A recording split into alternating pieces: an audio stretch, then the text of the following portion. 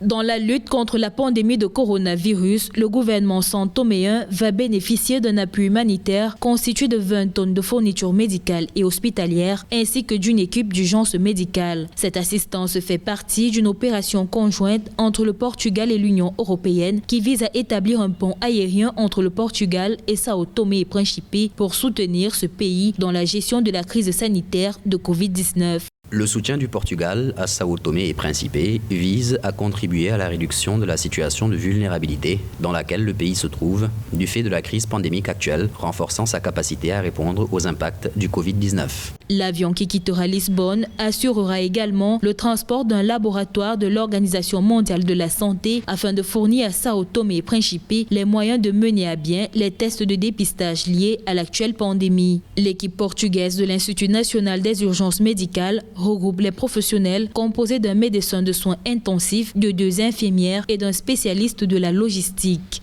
Il est en effet très intéressant de voir que dans une situation de crise telle que celle que nous traversons, la coopération et la solidarité internationale fonctionnent très bien pour le renforcement des capacités techniques et humaines là où des besoins se font ressentir. Et malgré le faible impact de la pandémie sur Sao Tomé qui a moins de 300 cas déclarés et moins de 10 décès, un renforcement de sa capacité logistique est un plus considérable pour la riposte engagée dans son système de santé. Il est important dans cette démarche de rester rigoureux sur le contrôle médical et le suivi de ces flux humains qui vont être quand même considérables. Sao Tomé et Principe enregistre 12 mai 231 cas positifs et son 7e décès lié à la maladie. Rappelons que le Portugal est le 2e État membre de l'Union européenne à mettre en place une telle opération dans le cadre du mécanisme de pont aérien humanitaire de l'Union européenne récemment créé pour répondre aux urgences humanitaires.